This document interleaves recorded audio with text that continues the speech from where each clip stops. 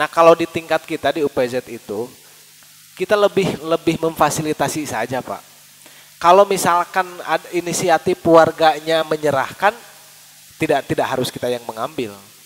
Cuman kalau misalkan warga, aduh Pak saya nggak bisa kalau harus ke tempat pengumpulan zakat karena ada satu dan lain hal, misalkan ada keterbatasan. Nah itu sudah menjadi kewajiban kita untuk mengambilnya. Karena memang kita ditugaskan salah satu kewenangan kita mengambil zakat. Gitu. Iya, kondisional saja. Tidak harus bahwa kita selalu mengambil juga itu. Caranya mah bisa kita umumkan, bisa kita bikinkan edaran. Hanya salah satu kewenangan kita ketika memang ada yang tidak bisa menyerahkan secara langsung, sudah menjadi kewajiban kita untuk mengambilnya. Gitu. Oke. Semoga di bab amilin beres ya. Waktu sudah 5:30. Oke, selanjutnya setelah amilin, apa lagi? Setelah amilin teh? Sabilillah. Nama sedekatul fuqara masakin wal amilina wal mu'allafati qulubahum, mu'allafnya.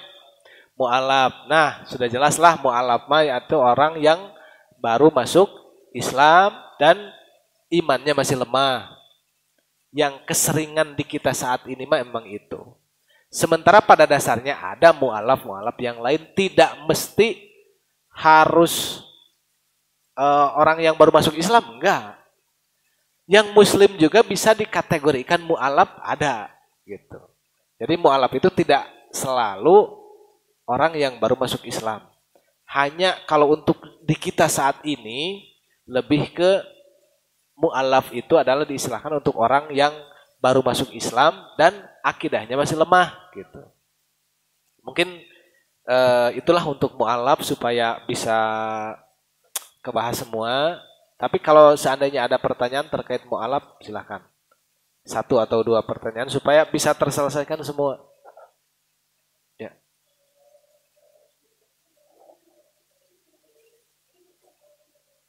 Ya.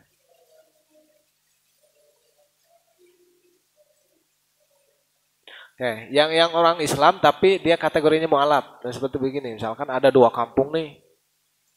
Itu 2 kampung itu tawuran wae. Tapi ada 1 orang nih yang disegani sama kedua kampung itu. Sehingga dia yang bisa mendamaikan kedua kampung itu. Nah itu juga bisa dikategorikan sebagai mu'alaf. Tapi itu contoh terlalu sederhananya kalau tawuran itu terlalu sederhana. Lebih ke dulunya itu kan yang berperang gitu, yang berperang antara negara yang ini dengan negara yang ini. Tapi ada nih 1 orang yang dia tinggalnya di perbatasan yang memang dia itu disegani sama kedua belah pihak itu. Nah itu bisa masuk kategori mu'alaf yang berhak menerima jatah zakat, asnaf zakat gitu. Mungkin kurang lebih seperti itu Pak, terkait yang muslim tapi kategorinya mu'alaf gitu. Oke, selanjutnya urang rada gancangkeun si kaburu adzan maghrib. Mu'alaf terus rikob tosnya moal aya di urang mah, perbudakan sudah dihapuskan di atas dunia ge. Masing di mana-mana ge secara keseluruhan sudah dihapuskan. Adapun aya nu sok ngaku-ngaku memperbudak eta mah kesalahan dan sebuah kejahatan. Karena sudah tidak ada. Lajeng sabilillah. Nah, sabilillah, siapa itu sabilillah? Adalah al-ghuzzah. Orang yang berperang, orang yang bertempur untuk li'i'la'i kalimatillah, orang yang jihad fi sabilillah, itu kaul yang mu'tamad. Dan dia tidak mendapatkan gaji, dia itu sebagai relawan. Ari tentara, cenah misalkan teh jadi sabilillah apa henteu? Maksudna henteu lain jadi henteu sabilillah didinya teh tidak berhak menerima dengan kategori asnaf zakat yang bernama sabilillah. Ari berjuang nama sudah jelas sabilillah Pak, tergantung niatnya itu insyaallah gitu.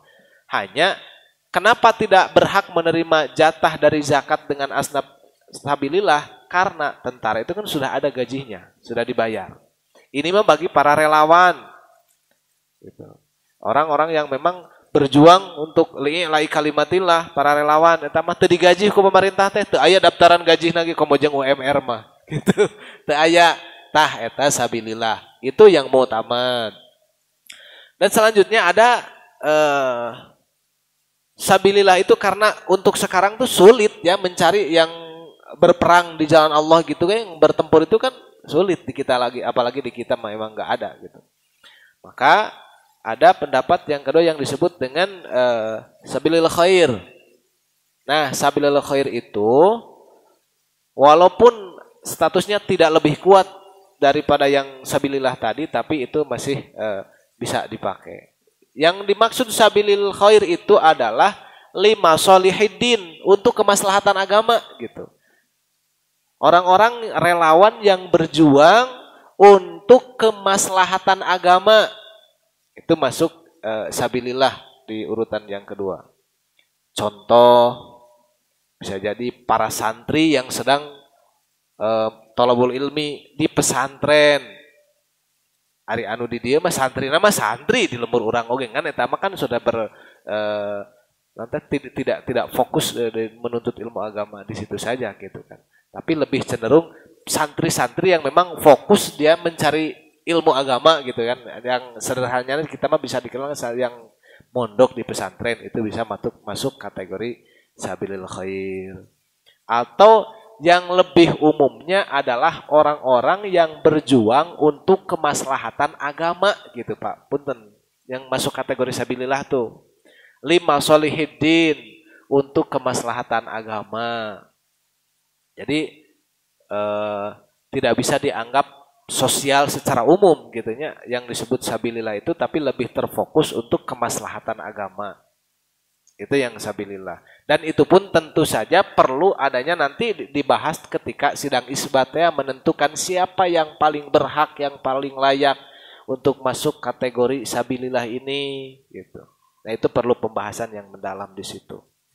Dengan kebijakan-kebijakan para amilin di setiap daerahnya masing-masing.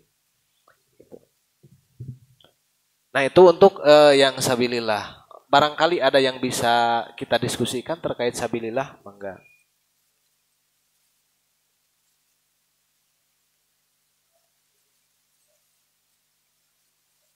Ya.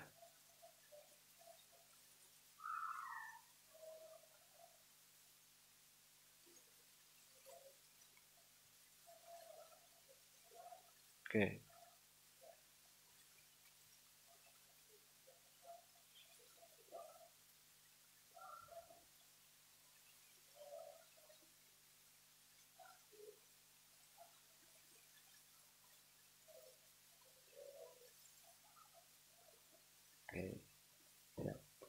Untuk kategori sabilillah itu dia tidak dilihat fakir, miskin atau kayanya. Dalam arti sabilillah meskipun dia orang kaya tapi dia masuk kategori sabilillah bisa saja berhak menerima asnaf dengan jatah dengan asnaf atas nama sabilillah, bisa saja. Dengan lagi-lagi nanti dikembalikan ke kebijakan diambilin di suatu daerah itu. Oh iya, jangan dipaksa. Itu malah bagus, Pak. Gitu. Itu lebih baik. Ya, karena memang pada dasarnya ya alhamdulillah, mungkin karena bersyukur saya juga di lingkungan di komplek itu kan rata-rata mungkin ya maaf bukan berarti yang di luar komplek itu SDM-nya rendah, enggak gitu. Tapi ya alhamdulillah banyak yang sudah menyadari mungkin ya kalau yang di lingkungan komplek itu. Saya juga sering Pak ketika dia ini sudah kesepakatan kami diambilin, misalkan dia berhak menerima nih dengan asnaf yang mana gitu dengan pertimbangannya. Setelah kita sampaikan dia menolak dalam arti enggak saja dikasihkan ke orang yang lebih berhak. Ya itu kita harus bersyukur ya alhamdulillah gitu kan. Ya jangan sampai ada cerita perebut masalah zakat gitu kan, terlucu gitu. Ya, seperti itu Pak. Justru bersyukur alhamdulillah ketika ada orang yang seperti itu, berarti betul-betul dia sudah paham tentang zakat itu dan kita bisa mendistribusikan ke yang lebih membutuhkan lagi. Kalau kita berbicara ambilin kan ya tugas saja kita menyampaikan, misalkan contoh tadi, dia ini orangnya berkecukupan tapi karena pertimbangan bersama sehingga ini masuk ke kategori sabilillah misalkan. Kita akan diserahkan. Terlepas nanti dia menerima atau tidak, kembali lagi orang yang bersangkutan. Tidak menerima ya ambil lagi, kita serahkan ke orang lain yang lebih membutuhkan. Tidak jadi masalah. Itu justru informasi atau kejadian yang luar biasa yang patut kita apresiasi ketika ada penolakan terhadap pendistribusian zakat. Berarti bagus itu, Pak. Seperti itu. Oke, cukup? Apa tadi? Lupa. Miskin. Oke.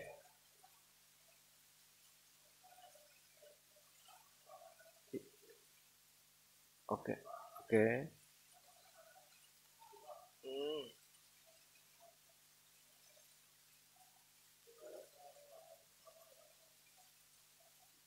Hmm. Apa berhak lagi nerima gitu? Oke. Sabilillah khair. Oke. Siap, siap, Pak.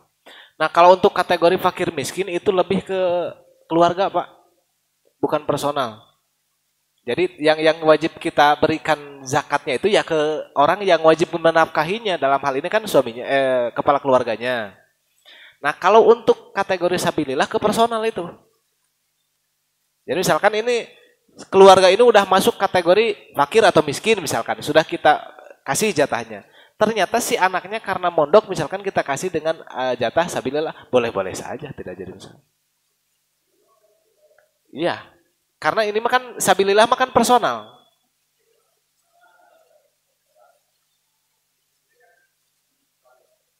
Hmm. Oke. Hmm. Oke. Oke. Oke.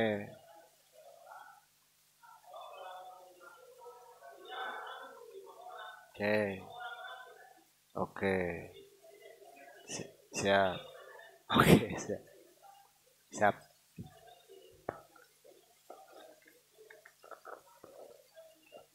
Oke.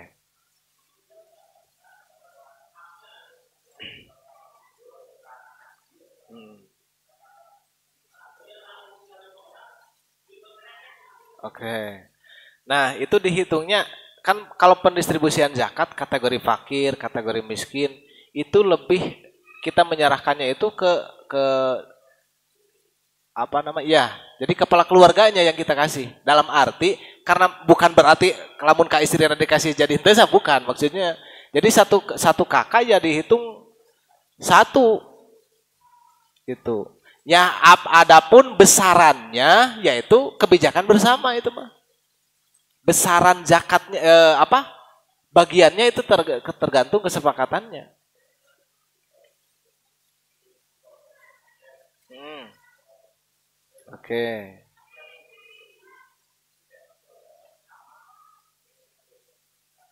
Mm-mm. Nah, jadi misalkan miskin. Nah, dari keluarga yang satu dengan keluarga yang lain apakah harus sama? Tidak juga. Karena bisa saja kebutuhannya juga kan berbeda. Tapi kalau misalkan disamakan bagaimana juga tidak masalah. Gitu.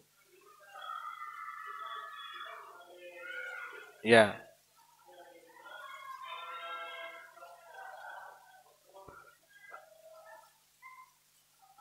ya.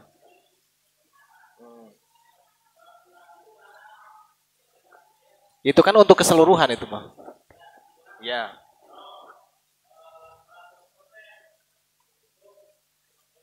Mm-mm. Betul. Ya, ya.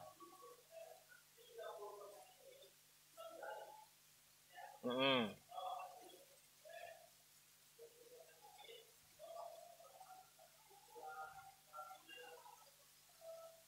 Oke. Ya. Mm-mm.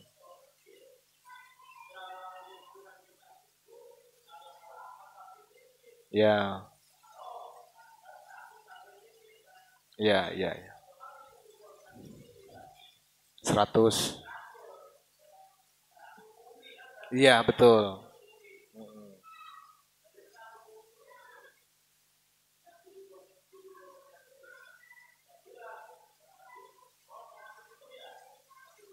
Ya.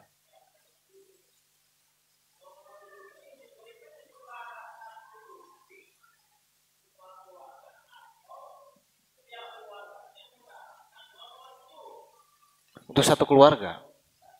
Untuk satu keluarga. Ya. Hanya begini Pak, tentu saja itu tidak bisa disamakan kan kebutuhan tuh. Tiap rumah kan tidak sama. Contoh misalkan yang rumah ini mah anggota keluarganya 5 orang. Yang ini hanya 2 orang. Yang satu lagi misalkan. Ya lebih idealnya mah disesuaikan dengan kebutuhannya. Ya paling tidak jomplang lah gitu. Idealnya hanya tentu saja itu perlu banyak pertimbangan di tiap wilayah ya, karena memang pada dasarnya mah tiap-tiap daerah itu tiap-tiap komplek, tiap kampung itu kan beda-beda kebijakan disesuaikan dengan kebiasaan di lingkungan tersebut asal tidak keluar dari aturan syariat lah intinya mas seperti itu.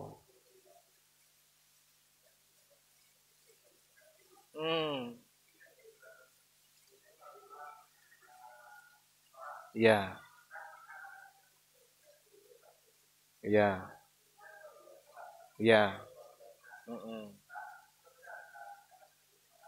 Mm-mm. Oke. Iya, kalau untuk miskin dengan sabilillah mah double juga tidak jadi masalah. Betul, betul. Lagi-lagi di situ.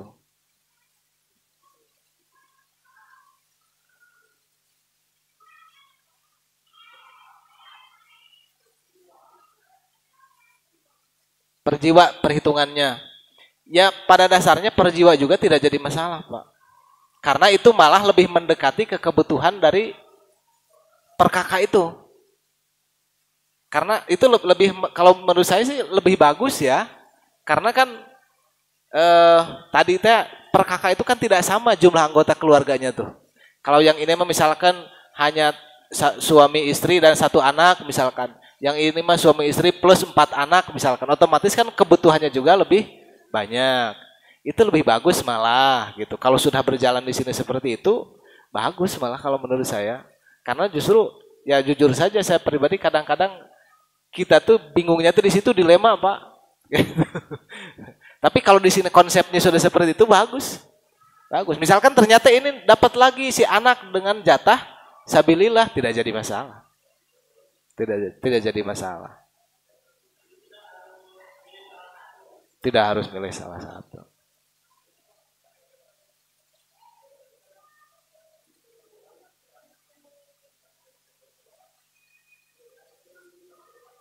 Dengan ilmu apa? Ibnu Sabil. Nah, Ibnu Sabil itu orang yang sedang di perjalanan, Pak. Ibnu Sabil mah bapak keur musafir ya. Betul, Ibnu Sabil tuh musafir. Jika anu enak viral di TikTok nih saha sih. Anu naik haji teh ning. Dua pemuda yang mau naik haji dengan jalan kaki nih sekarang nih. Gitu. Nah, eta Ibnu Sabil. Jadi Ibnu Sabil mah orang yang sedang di perjalanan musafir lalu dia kehabisan bekal. Ternyata lewat ke suatu daerah di situ sedang ada pembagian zakat, maka si Ibnu Sabil itu boleh menghadap ke amilin minta jatah dia sebagai Ibnu Sabil seperti itu. Jadi Ibnu Sabil mah dipastikan orang yang sedang bepergian gitu Pak. Ibnu Sabil itu bukan orang yang diam di mukim di tempat. Ibnu Sabil itu orang yang sedang di dalam perjalanan, dalam kata lain musafir.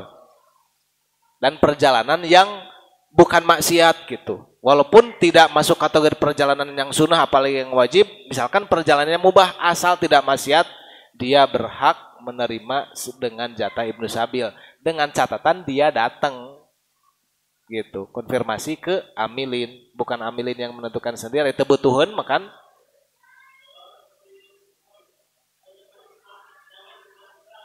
Hmm.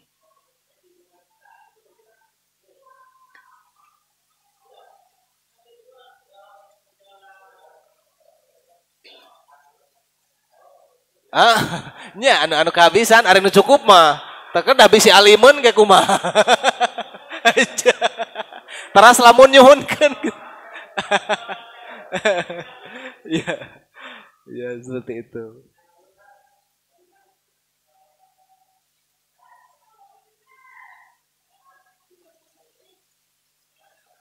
Ya.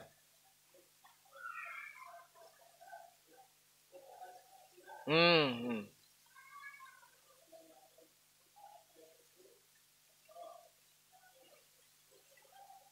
Ya, oke.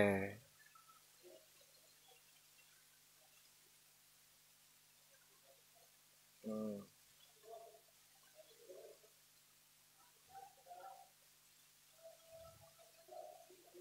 oke.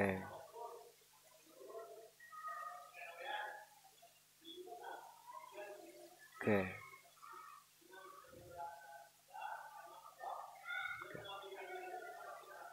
Oke. Nah, jadi secara umum tadi sudah saya sampaikan bahwa yang disebut sabilillah itu adalah lima solehidin untuk kemaslahatan agama. Kategori kata kuncinya untuk kemaslahatan agama. Contoh misalkan di sini para imam gitu, imam-imam masjid atau yang ngurus masjid gitu. Nah, itu kan lima solehidin untuk kemaslahatan agama. Boleh, tergantung nanti berapa nominalnya, itu kan kebijakan lagi-lagi di tingkat amilnya itu sendiri gitu.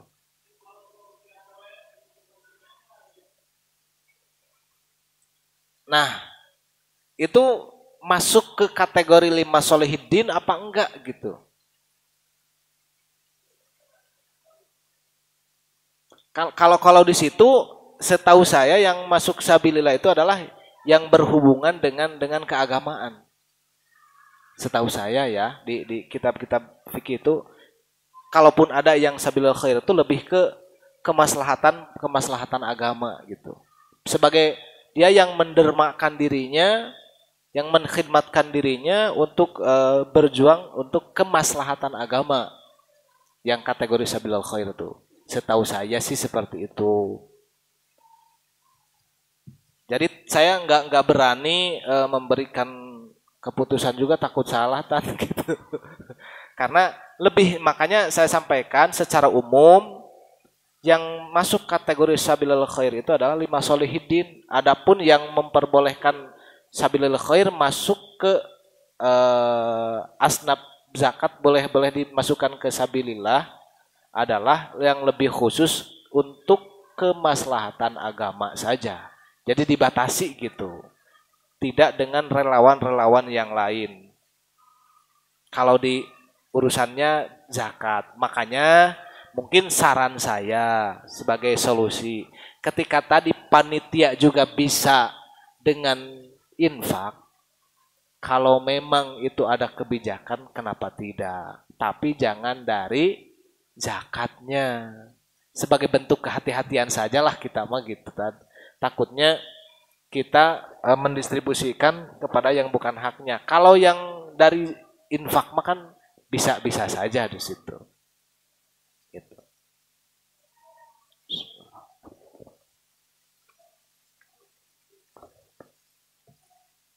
Sudah cukup? Kalau berbicara puas, insya Allah dijamin tidak puas ya bapak-bapak dan jangan sampai merasa puas gitu. Supaya kita bisa terus diskusi lagi, acara lebih santai lagi sambil ngopi dan bukan berarti harus dengan saya saja. Silahkan berdiskusi justru dengan kiai-kiai ustadz-ustadz yang lebih paham di bidang itu. Ini saya hanya menyampaikan yang saya pahami saja. Dan mohon maaf dengan segala keterbatasannya. Hanya saja saya tidak mau gegabah dalam memberikan penjelasan, takutnya hal yang memang saya juga kurang paham di situ gitu. Nah, jadi sudah selesai ya, sabilillah sudah, Ibnu Sabil tadi juga sudah kebahas, intinya mah Ibnu Sabil mah orang yang musafir yang kehabisan bekal gitu. Orang yang di perjalanan ari-ari nu mau bekal bari seueur keneh mah teu dipasihan tah teman. Gitu. Jadi eta mah anu memang dia kehabisan perbekalannya gitu, maka boleh dia statusnya sebagai Ibnu Sabil minta ke amilin. Jadi bukan kita yang nyari kalau Ibnu Sabil mah, tapi si Ibnu Sabilnya yang datang. Seperti itu. Tapi kalau sudah jelas nampak kita tahu ada orang yang Ibnu Sabil dan kekurangan kehabisan bekal mah ya kita kasih dengan jatah Ibnu Sabil.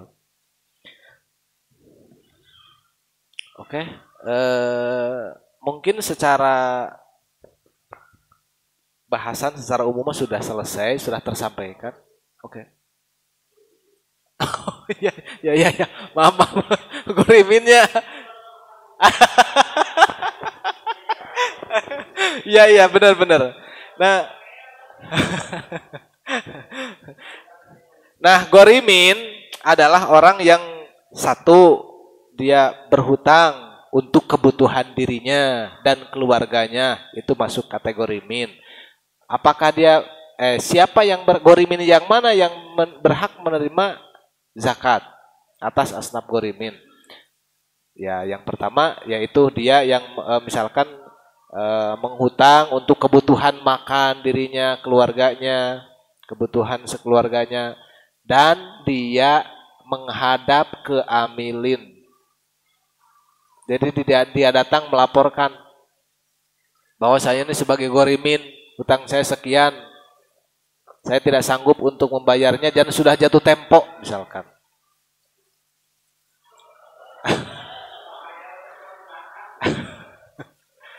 Kalau mau, tapi kan kalau dari zakat fitrah dihabiskan untuk gorimin satu orang juga mau cukup kayaknya.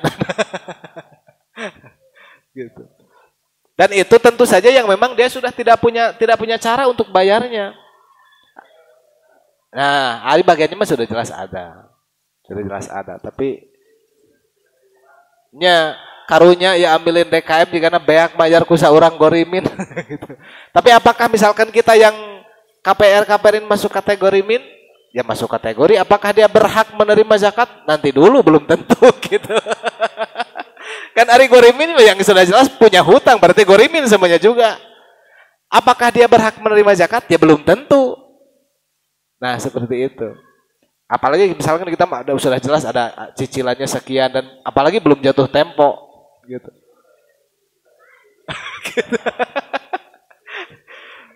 Nah seperti itu Bapak terkait gorimin. Cuman jarang ya, jarang di suatu masjid itu ada dimasukin ke gorimin. Tapi selain itu ada juga gorimin teh orang yang berhutang bukan untuk dirinya, tapi untuk membantu orang lain. Dia sudah jatuh tempo, tidak punya untuk bayarnya, itu juga masuk kategori gorimin. Kalau tadi untuk kebutuhan pribadi gitu. Kalau sekarang untuk kebutuhan yang lain misalkan itu juga masuk kategori gorimin. Misalkan ada tadi contohnya yang bertikai antara dua kelompok besar misalkan. Gara-gara misalnya utang piutang, akhirnya udah muncullah si seseorang tadi. Udah hutang ini mah ku saya dibayar. Yang penting kumacarna selesai masalah damai gitu. Nah, orang itu masuk juga kategori gorimin. Gitu. Gimana Pak? Sudah? Sudah ya? Oh yakin ya? Oke. Siap.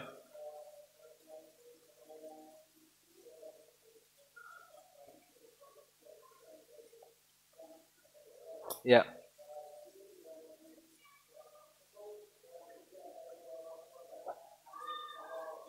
Ya.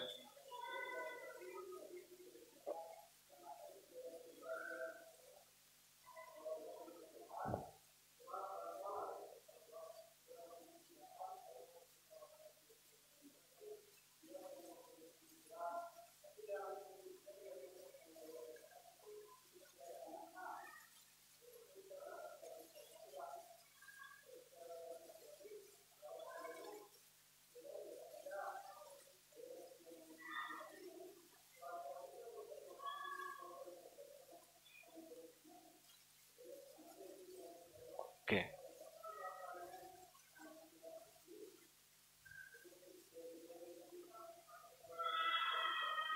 Oke.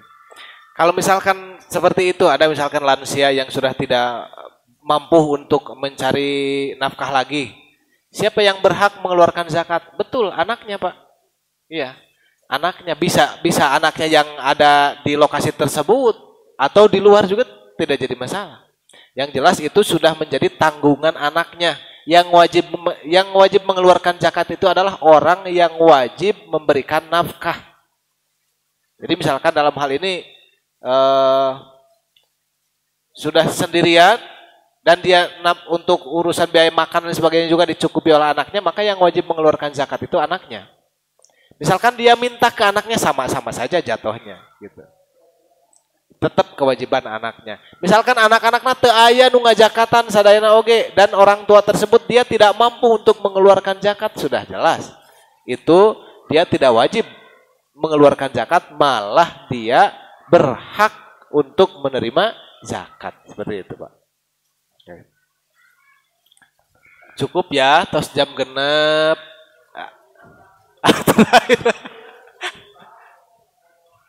Oke.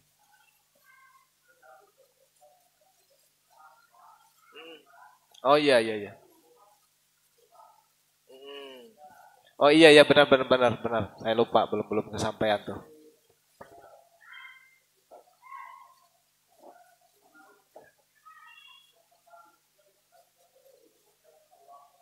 Ya. Oke.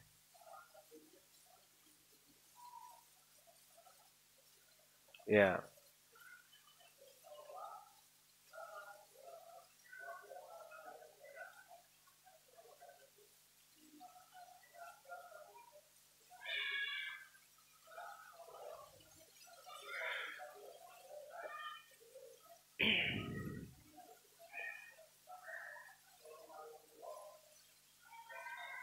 Ya.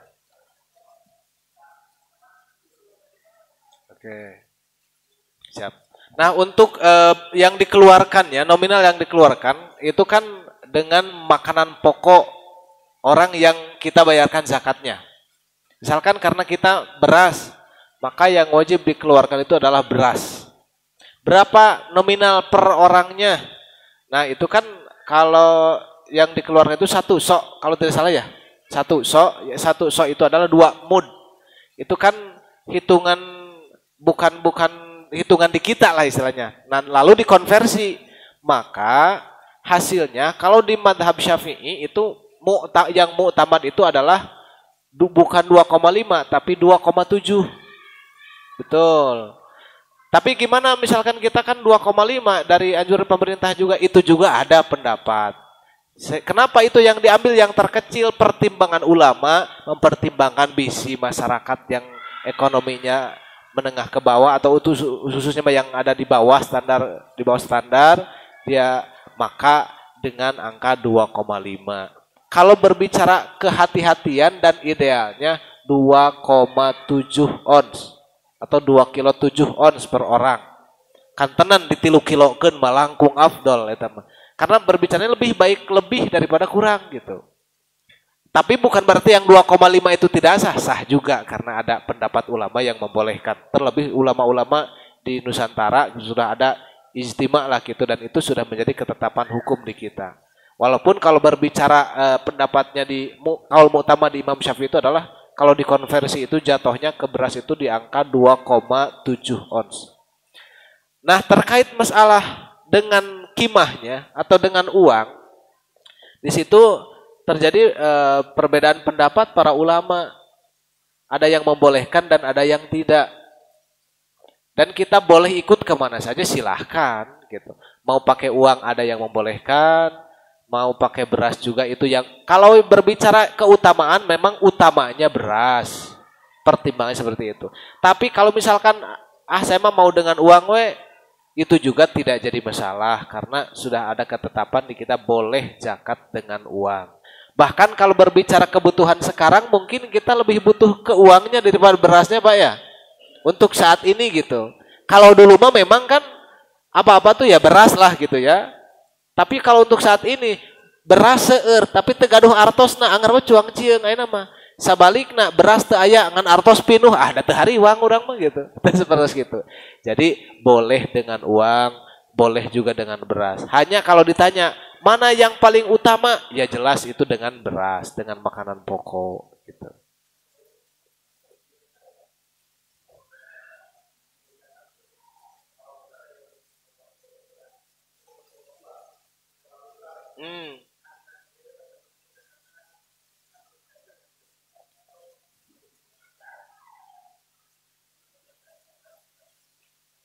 Oke.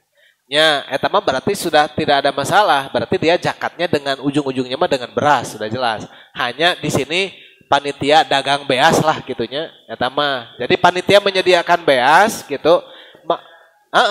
Emang betul. Jadi kan memang betul. Jadi panitia tuh ya jualan beas lah intinya mas sebagai memfasilitasi untuk orang nu hoyong zakat naku beas tapi hoream manggul ti bumi boleh seperti itu juga.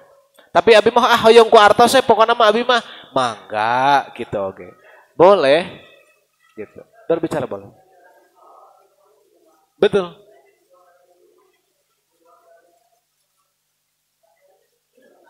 Iya semangat.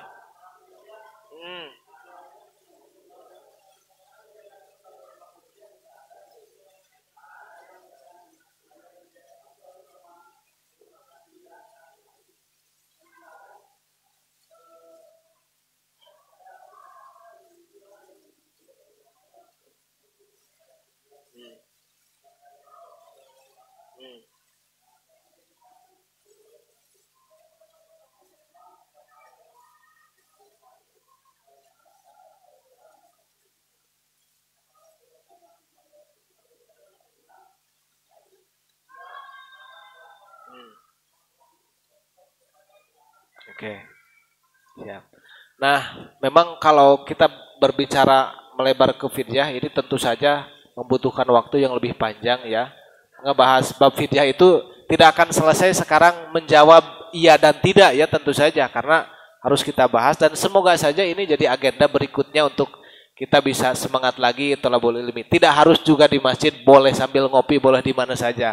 Mangga, saat saya yang ngopi tapi yang bari ngobrol fidyah, hayu insyaallah gitu. Kalau untuk saat ini memang kayaknya tidak akan cukup kalau saya bahas, hanya mungkin secara ringkasnya gini saja. Perhitungan fidyah itu satu kali kita satu hari ngodok puasa yang plus fidyah itu adalah satu mud. Satu mud itu ada genep kalau berbicara 2,5 kilo yang zakat berarti satu mud itu adalah genep on 1/4 per hari itu. Nah memang di situ banyak perikhtilafan, perbedaan pendapat terkait teknisnya fidyah itu seperti apa. Dan insya Allah mudah-mudahan ini jadi penasaran kita ngobrol-ngobrol lagi gitu. Mangga, pokoknya judulnya tong serius, memeh nyantai, bari ngopi, bari nyantai di warung boleh. Insya Allah mudah-mudahan saya sehat. Kalaupun saya tidak sempat, beliau insya Allah yang bisa leluasa waktu bisa memaparkan Pak insya Allah. Hanya kalau perhitungan seperti itu ya perlu penjelasan lagi yang lebih panjang. Karena ya terus azan tadi karena sadana mah gitu. Insya Allah mudah-mudahan Pak nanti lain waktu kita bisa sharing lagi dan mudah-mudahan insya Allah lihat tatapan-tatapan bapak-bapak banyak yang tidak puas dari hasil diskusi saat ini dan itu menunjukkan sangat luar biasa Pak. Justru harus seperti itu. Jangan buru-buru puas gitu. Tapi kita harus cari sedetil mungkin sehingga kita jadi ada motivasi untuk belajar lebih lanjut lagi. Mungkin itu saja untuk sementara ini yang dapat saya sampaikan. Sekali lagi mohon maaf kalau tidak bisa memuaskan dari keinginan bapak-bapak. Satu karena keterbatasan ilmu saya yang sudah jelas. Yang kedua ada keterbatasan waktu dan lain sebagainya. Mudah-mudahan di kesempatan lain ataupun ke ustadz, ke kiai yang lebih mumpuni di bidang keilmuannya, mudah-mudahan mendapatkan solusi yang lebih baik, yang lebih bisa mencerahkan. Mungkin itu saja yang dapat saya sampaikan, kurang dan lebihnya sekali lagi mohon maaf yang sebesar-besarnya. Pasti banyak kesalahan dari apa yang saya sampaikan, itu semata-mata keluar dari kebodohan dan kealpaan saya dan sekali lagi saya mohon maaf yang sebesar-besarnya. Kalau ada sedikit ilmu, kalau ada itu yang benar, itu insya Allah keluar dari ilmu Allah yang mudah-mudahan itu jadi ilmu manfaat untuk kita semua. Amin ya Allah ya Rabbal Alamin. Hadanallahu yakum ajma'in. Wassalamualaikum warahmatullahi wabarakatuh. Banyak dan bermanfaat dari Bapak Ustadz. Mudah-mudahan kita nanti bisa mempraktekkannya dan bisa mengaplikasikannya dalam pembagian pengurusan zakat di bulan Ramadan nanti. Mungkin itu acara ya pada sore hari ini. Kita tutup dengan bacaan hamdalah bersama-sama. Alhamdulillahirabbil alamin. Saya selaku MC mohon maaf jika ada banyak kesalahan dalam memandu acara kegiatan kali ini. Yang benar itu datang dari Allah, yang salah datang dari diri saya sendiri. Terima kasih banyak atas segala perhatiannya. Assalamualaikum warahmatullahi wabarakatuh. Puasanya sudah tiba, kita harus bergembira karena ini bulan mulia, Ramadan istimewa.